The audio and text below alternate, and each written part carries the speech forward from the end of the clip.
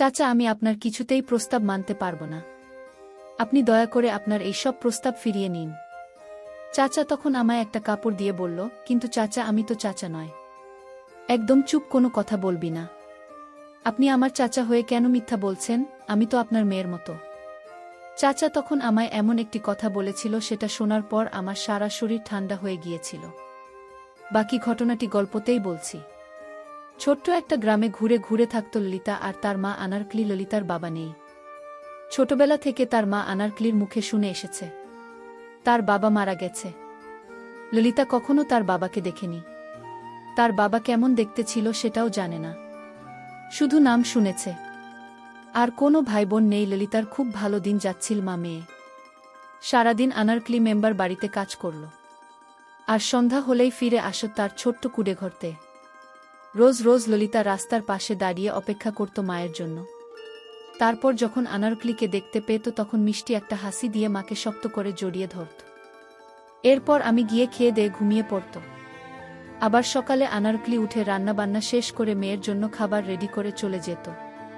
ললিতা পড়াশোনায় খুব ভালো ছিল, কারণ তারও খুব ইচ্ছে মায়ের স্বপ্ন পূরণ করা।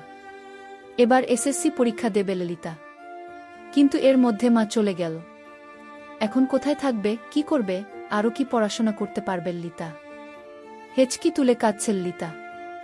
এখানে আমি ছোট বড় অনেকে উপস্থিত রয়েছে।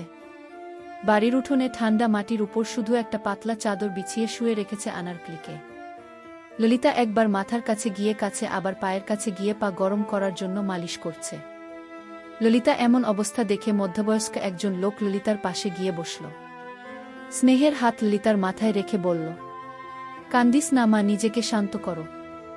এতকালে তোর মায়ের আরও অশান্তি হইব। আর কাঁদিস না, মায়ের জন্য 2 হাত তুলে দোয়া কর যাতে সে পরপারে ভালো থাকে। লোকটার কথা শুনে মাথা তুলে চাইল ললিতা। আরও যেন কান্না বেড়ে গেল তার। এবার গলা ছেড়ে কাঁদতে কাঁদতে ললিতা বলল, উচ্চাসা গো, আমায় আপন বলতে আর কেউ থাকল না পৃথিবীতে। আমি এখন কার কাছে যাব? কষ্ট পেলে কার কাছে বলবো? কি আমাকে আদর করবে? কে আমাকে শাসন করবে? কার কোলে মাথা রেখে ঘুমাব? আমার তো সব কিছু শেষ হয়ে গেল চাচা। চিন্তা করিস না ললিতা, আল্লাহ একটা ব্যবস্থা ঠিকই কইরা দিব দেশ। তুইও এখানে থাকা, বেশি দেরি করা যাবে না। তাড়াতাড়ি মাটি দিয়ে ফেলা লাগবে। না চাচা, আমি আমার মাকে ছাড়া থাকতে পারবো না। আমার মা এভাবেই আমার কাছে থাকবে। তোমরা চলে যাও চাচা। এটা হয় না রে মা, তোর মা যতই পারে থাক, তত কষ্ট বেশি হয়। এবং তুই আমার কথা শুনুক মা। কিন্তু আমি কিভাবে থাকবো মাকে ছাড়া, বল একবার চাচা। আমি বুঝছি তো মেলা কষ্ট হইতেছে, কিন্তু সত্যি তো এটাই যে এই দুনিয়ায় কেউই চিরস্থায়ী না। আইস তোর মা গেল, কাল আমি যামু, পরশু আবার আরেকজন যাব। এমনি দুনিয়া চলে। তুই আমার সাথে আমার বাড়িতে থাকবি এখন থেইকা। আমার পোলাপানদের সাথে থাকবি। চোখ মুখ মুছে উঠল ললিতা। কিছু মহিলা এসে আনারকলিকে নিয়ে গেল গোসল করাতে। ললিতার ঘরের মধ্যে ঢুকে ছোট চৌকিতে বসে আবারও 2 চোখের পানি ছেড়ে দিল। আনারকলির বালিশটা বুকে চেপে ধরে বলতে শুরু করল, না গো, এই বালিশে তুমি মাথা রেখে ঘুমাতে। তোমার চুলের তেলের সুগন্ধ এখনো রয়ে গেছে। মা, শুধু তুমি চলে গেলে। কিভাবে পারলে তুমি তোমার ললিতাকে একা করে দিয়ে চলে যেতে? তুমি তো সব সময় আমার ছায়া হয়ে থেকেছ, তাহলে আজ কেন চলে গেলে মা? কেন এত স্বার্থপর হলে তুমি মা? ললিতার বয়সী এক মেয়ে এসে পাশে বসল। কাঁধে হাত রাখতেই ফিরে তাকাল ললিতা মেয়েটাকে, যাকে ধরে হু হু করে কাঁদতে শুরু করল। ললিতার মাথায় হাত বুলিয়ে দিতে দিতে মেয়েটা বলল, কাঁদিস না রে ললিতা, এরপর তো অসুস্থ হয়ে যাবে। দেখ, আজ তুই যে পরিস্থিতিতে দাঁড়িয়ে আছিস, কাল আমাকেও সেই পরিস্থিতিতে দাঁড়াতে হবে। কখন কার কি হয়ে যায় সেটা বলা যায় না রে। তুই আমার সাথে চল, আব্বা তো বলল তোকে আমাদের বাড়িতে থাকতে। ললিতা হাতের উল্টো পিঠ দিয়ে চোখ 2টা মুছে বলল, কিন্তু তুমি চাচি তো আমাকে পছন্দ করে না। তাহলে আমি কিভাবে যাব? না না, আমি এখানেই থাকব। তুই কিচ্ছু চিন্তা করিস না, আব্বা সব কিছু ঠিক করে দেবে। ললিতা কিছু বলল না, শুধু মাথা ডান বামে নাড়িয়ে বোঝাল সুমির সাথে যাবে। রহমত আলীর ছোট মেয়ে সুমি। সুমি আর ললিতা ছোটবেলা থেকে একসঙ্গে বড় হয়েছে। একই স্কুলে 2 জন পড়াশোনা করে খুব ভালো সম্পর্ক। দুজনের মধ্যে সচরাচর কেউই বলতে পারে না যে এদের মধ্যে রক্তের কোনো সম্পর্ক নেই। রহমত আলী অলি তাকে নিজের সন্তানের মতো স্নেহ করে, কিন্তু তার স্ত্রী রাবিয়া, সে খুবই অপছন্দ করে ললিতাকে। দুচক্ষে সহ্য করতে পারে না। এলাকাবাসীর সবাই মিলে মাটি দিয়ে দিল আনার ক্লিকে। মায়ের কবরের পাশে বসে প্রচণ্ড কান্না করছে ললিতা। সুমি তাকে ধরে বাড়িতে নিয়ে গেল। ললিতাকে দেখে সুমি মা শায়লা চেঁচিয়ে উঠল। মায়ের এমন ব্যবহার দেখে শুনে বলল, মা এবার তো একটু মানুষ হও, সেই ছোটবেলা থেকে দেখছি তুমি ললিতাকে সহ্য করতে পারে না। সবসময় মেয়েটার গালমন্দ করতে থাকো কেন বলতো? সামলাতে এসে সুমিকে একটা চড় বসিয়ে দিয়ে দাঁতে দাঁত চেপে বলল, কি করলি তুই? আমি মানুষ না? তোর এত বড় সাহস কে মনে হইল রে? তুই জানিস না আমি কি কারণে ওকে সহ্য করতে পারি না? কারণ তোর বাবা মাকে রেখে ললিতাকে দিয়ে তার পায়ে ব্যথা সরানোর জন্য ললিতাকে দিয়ে মালিশ করায়। কেন আমি পারি না তার সেবা যত্ন করতে? ললিতাকে কেন শুধু শুধু কষ্ট দেবে? ললিতাকে দিয়ে তোর বাবা পায়ে তেল মালিশ করায়। কেন আমি পায়ে মালিশ করে দিলে ব্যথা কমবে না? তোর বাবা দিন দিন যেন কেমন হয়ে যাচ্ছে। উত্তর বাবার উদ্দেশ্যটা কি? বর্তমানে অতীত টেনে আনছ কেন মা? তুমি কি ভুলে গেছো বাবার বাজে স্বভাবের কথা? এরপরও তুমি এসব কথা বলা আছে বলছো কিভাবে? লজ্জা বলতে কিছু নেই? তুই ওরে নিয়ে বাইর হ আমার বাড়ি থাকা। আমার চোখের সামনে ওরা দেখবার চাই না। এটা তোমার বাড়ি না মা, এটা আমার আব্বার বাড়ি। আর আব্বা নিজেই বলেছে ললিতাকে এখানে এনে রাখতে। তোর বাপের মনে তো মেলা দয়া, খালি টেহা কামানোর ক্ষমতা নেই। নিজের সংসার চলে না, আবার আইছে আরেকজনের নিয়ে। যথেষ্ট ভালোভাবে সংসার চলে মা, শুধু তোমার মুখে এমন কথা শুনে তুই কিন্তু মেলা কথা কইতাছে শুনি। এর মধ্যে রহমত আলী চলে এল। তাকে দেখে শায়লা আরও দ্বিগুণ বেড়ে গেল। রহমত আলী এগিয়ে গেল তাদের দিকে। শায়লার দিকে তাকিয়ে শান্তভাবে বলল, এত চেঁচাচ্ছ কেন শায়লা? মায়েদের সবেমাত্র মা মারা গেছে, সারাদিন কিছু খায় নাই কাছে। মেলা এখন কি মন মেজাজ ভালো আছে? এখন ওর আপন বলতে আমরা ছাড়া আর কেউ নাই, বুঝ না কেন তুমি? আমগো পোলা মাইয়া আছে, যেদিন আমরা মহিলা যাব সেদিন তাগো এমন অবস্থা হয়েছে।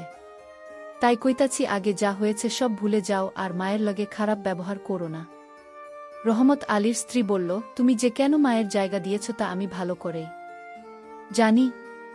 তোমার উদ্দেশ্য ভালো না। রহমত আলী শাহের কথায় কান না দিয়ে সুমির দিকে তাকিয়ে বলল, তুমি ওরে নিয়া ঘরে জামায়াতের সারাদিন না খাইয়েছিল, কিছু খাইতে যা। ঠিক আছে আব্বা। তুমি ললিতাকে নিয়ে ঘরে ঢুকে গেল। রহমত আলী একটা দীর্ঘশ্বাস ছেড়ে বলল, মায়া মেলা অসহায় বোঝ, শায়লা ওর সাথে খারাপ ব্যবহার করো না। কয়েকটা দিন বাদে ওর পরীক্ষা, এমন কিছু করিও না। পরীক্ষা শেষ হলে দেহে ভালো পোলা দেখাবি না দিদি মণি। শায়লা বলল, তুমি এই মায়ের বিয়ে দেওয়া লাগবে না, তুমি নিজেই ওকে ঘরে রেখে দাও, তোমার রক্ষিতা করে। এই কথা বলতে শায়লাকে একটা চড় মেরে বসল। শালা বলল, কি করলে তুমি? যেখানে আমগো নিজের মায়া গুড়িয়ে দেব আর পারতাছি না কে? হ্যাঁ, পয়সা নেই, এখন আবার অরণ্যের মায়াবী আবার চাও তুমি? যা ইচ্ছে তাই করো তুমি, কিন্তু ওই মায়া পরীক্ষা পর্যন্ত এই বাড়িতে থাকবার পারব, এরপর আর না, মনে রেখো। কথাগুলো বলে শালা চলে গেল। তারপর রহমত আলীর মাথায় ব্যথা, তাই লতাকে বলল, ললিতা আমার মাথা ব্যথা করছে, আমার কপালটা একটু মালিশ করে তো মা। ললিতা চাচার কাছে এসে বসল। ললিতা চাচার মাথায় মালিশ করতে করতে বলল, চাচা আমি তোমার সেবা যত গলায় চাচি তা সহ্য করতে পারে না। চাচা তখন বলল, তোর চাচির মতো মেয়েকে বিয়ে করে আমি অনেক ভুল করেছি। তোর চাচি তো কে দেখতে পারে না? আমি তো চাই তোকে আমার মেয়ের মতো লালন পালন করি, কিন্তু তোর চাচ্ছি এটা চায় না। আমিও বলে দিয়েছি তুমি চলে গেলে চলে যাও, কিন্তু ললিতা আমার বাড়িতে থাকবে, এটাই আমার শেষ কথা। আজ আকাশের অবস্থা তেমন একটা ভালো না। ললিতা তার রুমে শুতে গেল, কিন্তু ললিতার চোখে কিছুতেই ঘুম আসছে না। ঘুমাতে চেষ্টা করে তাও ঘুম আসছে না। ললিতা ভয় লাগছিল, কারণ সে মাকে ছাড়া ঘুম আসত না। মা তাকে ঘুম পাড়িয়ে দিত। হঠাৎ চাচা আমার রুমে আসলো আর বলল, কি রে মা, তুই এখনো ঘুম আসেনি? না চাচা, আমার ঘুম আসছে না। চাচা তখন বলল, আমি জানি তোর মা তোকে ঘুম পাড়িয়ে দিত। আর চলিতা, তুই তো আমার মেয়ের মতো কিছু মনে না করলে আমি তো রুমে থাকি, কারণ তোর মা মারা যাওয়ার পর থেকে লক্ষ্য করছি তুই অনেক ভয় পাচ্ছিস, তাই আজ আমি তোর সাথে থাকি। আমি বলেছিলাম চাচা, আমার বাবা যখন বেঁচে ছিল তখন আমার বাবা আমার পাশে শুয়ে আমাকে ঘুম পাড়িয়ে দিত, কিন্তু আজ আমার বাবা মা কেহ নাই, আমি একা হয়ে গেছি চাচা। এই বলে ললিতা আবার কান্না শুরু করে দিল। আমি বললাম, কাঁদছিস নামায়, আজ আমি তোকে ঘুম পাড়িয়ে দিত বাবার মতো। আমিও না করলাম না। কিছুদিন পর চাচা আমায় ডাকল আর বলল, মা, আমার পায়ে অনেক ব্যথা করছে, তুই একটু মালিশ করে দিবি মা, আমি যে ব্যথা সহ্য করতে পারছি না। আমি তেল নিয়ে চাচার পায়ে মালিশ করতে লাগলাম। চাচা বলল, আরও একটু উপরে মা। আমি চাচার মালিশ করে দিলাম। চাচা একটু পর বলল, মা, ব্যথাটা কমে গেছে, আর মালিশ করে দিতে হবে না। ললিতা ভাবতে লাগল, চাচা একটা মেয়ে আছে এবং চাচি আছে, তাদের দিয়ে তো চাচা মালিশ করাতে পারত, কিন্তু আমাকে দিয়ে কেন করায়? আমি একটা দুশ্চিন্তায় পড়ে গেলাম। চাচাকে আমি সন্দেহ হতে লাগল। মনের ভিতর ভয় কাজ করছিল। চাচা মনের ভিতর কি অন্য কোনো উদ্দেশ্য আছে? হঠাৎ আমার এসসি পরীক্ষার সময় এসে গেছে। চাচাকে বললাম, চাচা, আমার তো 3,000 টাকার দরকার, পরীক্ষা দিতে গেলে লাগবে। চাচার আসল রূপটা আমি তখনই দেখতে পাই। চাচা আমাকে বলেছিল, আমায় একটা কথা লাগবে। মা, আমি বলেছিলাম, কি কথা? চাচা তখন আমায় যে প্রস্তাব দিয়েছিল তা শুনে আমার কলিজাটা কেঁপে উঠল। চাচা আমায় বলল, মা, আমি তো ভালোর জন্যই প্রস্তাবটি দিয়েছি। আমি বলেছিলাম, চাচা, আপনি আমায় যে প্রস্তাব দিয়েছেন সেটা আমি মেনে নিতে পারব না। আমাকে যে প্রস্তাবটি চাচা দিয়েছিল তা আমি আপনাদের বলবো, আপনার গল্পটি শুনতে থাকেন। চাচা এমন প্রস্তাব আমায় দিতে পারে তা আমি কল্পনাও করতে পারি না। আমি ভেবেছিলাম চাচা আমায় নিজের মেয়ের মতো দেখেন, কিন্তু আমি যা ভেবেছি তা সম্পূর্ণ মিথ্যা। আমার কাছে এমনটি মনে হয়েছিল, কারণ চাচার উদ্দেশ্য ভালো ছিল না। বলতে ভুলে গিয়েছিলাম, না, বেঁচে থাকতে আমি একদিন অসুস্থ হয়েছিলাম। ডাক্তার বলেছিলেন, আপনার মেয়েকে বাঁচাতে হলো 3 লক্ষ টাকা কাউন্টারে জমা দিন, নইলে আপনার মেয়েকে বাঁচানো যাবে না। আমার মা আমাকে বাঁচাতে এত টাকা কোথায় পাবেন, কারণ তখন আমার বাবা বেঁচে ছিল না। আমার মা টাকার জন্য আমার চাচার কাছে গেলেন, কিন্তু আমার চাচা টাকা দিলেন ঠিকই, কিন্তু একটা শর্ত দিয়েছিলেন। শর্তটা এমন ছিল যে চাচা বলেছিল, মাকে, আপনার মেয়েকে আমরা যা আদেশ করব তাই পালন করতে হবে। কিন্তু মা তো জানত না এমন একটা প্রস্তাব আমাকে দেবে। না, ভেবেছিল চাচা আমার ভালোই চায়। চাচা 3 লক্ষ টাকা দিলেই শর্ত দিয়ে। তারপর আমার চিকিৎসা হয়, আমি বেঁচে যাই।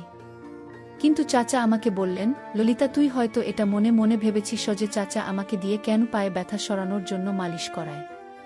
আমার স্ত্রী আমার পায়ে মালিশ করলে ব্যথা কমতো না, ব্যথাটা আরও দ্বিগুণ বেড়ে যেত, আর তাই তাকে দিয়ে কখনো মালিশ করাতে চাই না মা। আর 2 পায়ে মালিশ করার সাথে সাথে আমার পায়ে ব্যথা কমে যেত, আর তাই তো কে দিয়ে পায়ে মালিশ করায়। যাই হোক, চাচা আমাকে যে প্রস্তাব দিয়েছিল সেই প্রস্তাব তা হল একটা মধ্যবয়স্ক লোকের সাথে আমার বিয়ে ঠিক করে ফেলেছে। লোকটি আরও একটি স্ত্রী আছে, ছেলে মেয়ে আছে, আর সেই লোকটির সাথে চাচা আমার বিয়ে ঠিক করল।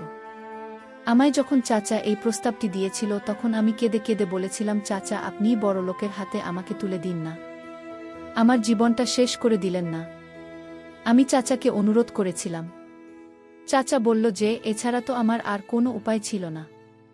এই লোকটিকে এই তো বিয়ে করতে হবে মা, কারণ ওই লোকের টাকা পয়সার কোনো অভাব নেই, শুধু ঘরে আরেকটি স্ত্রী আছে। মানুষ কি সতীনের ঘর করতে না মা? তুই আর না করিস না, তুই রাজি হয়ে যা। আমি বলেছিলাম, চাচা, এ বিয়ে আমি করতে পারবো না। চাচা এমন একটা কথা বলল, আমি তো শুনে আমার সারা শরীর ঠান্ডা হয়ে গেল। আমি স্তব্ধ হয়ে গেলাম, আমার মুখে দিয়ে কোনো কথা বের হচ্ছে না। চাচা আমায় বলল, তোর চিকিৎসার খরচ লোকটি দিয়েছিল, তার বিনিময়ে সে চেয়েছিল তোকে বিয়ে করবে। আমরা কোথাও থাকা খুঁজে পাচ্ছিলাম না। আর এদিকে ডাক্তার বলল, 24 ঘন্টার মধ্যে টাকা না দিতে পারলে তাকে বাঁচানো যাবে না। আর তাই বাধ্য হয়ে আমরা তার কাছ থেকে টাকা নিয়েছিলাম। এখন বোমা, এটা কি আমার অন্যায় হয়েছিল? এটা করার জন্য যদি আমার কোনো অন্যায় হয়ে থাকে তাহলে আমায় ক্ষমা করে দিস না। আমি তখন কান্না গলায় বললাম, আমাকে কেন সেদিন বাঁচিয়েছিল, আমি মরে গেলে ভালো হতো। কিছুদিন পর চাচা পঙ্গু হয়ে গেল পায়ের সমস্যার জন্য। আমিও চাচাকে আর কষ্ট দিতে চাই না, আর তাই ওই লোকটিকে বিয়ে করার জন্য রাজি হয়ে গেলাম। আমার বাকি জীবনটা এভাবেই কেটে গেল। বন্ধুরা, তোমাদের কাছে যদি গল্পটি বিন্দু পরিমাণ ভালো লাগে তাহলে অবশ্যই আমার চ্যানেলটিকে সাবস্ক্রাইব করে পাশে থাকবে। ধন্যবাদ।